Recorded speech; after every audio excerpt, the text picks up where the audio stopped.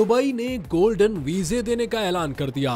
ये वीजे किन को मिलेंगे, आइए जानते हैं। दुबई में प्राइवेट एजुकेशन सेक्टर में शानदार कारकर्दगी पर गैर मामूली माहिरीन तालीम को गोल्डन वीजे देने का फैसला किया गया है। दुबई के हुक्मरान शेख मोहम्मद बिन राशिद अल मखतूम की हिदायत पर एग्जीक्यूटिव काउंसिल ने गोल्डन वीजे देने की मंजूरी दे दी है। असातिज़ा के आलमी दिन पर यह ऐलान किया गया है कि गोल्डन वीजा दुबई में अर्ली चाइल्डहुड सेंटर्स, स्कूल्स और हायर एजुकेशन इंस्टीट्यूशंस में असातिज़ा को दिया जाएगा और ये इकदाम उन अफराद की खिदमात को तस्लीम करेगा जिन्होंने तुलबा की तालीमी कामयाबी में अहम किरदार अदा किया है।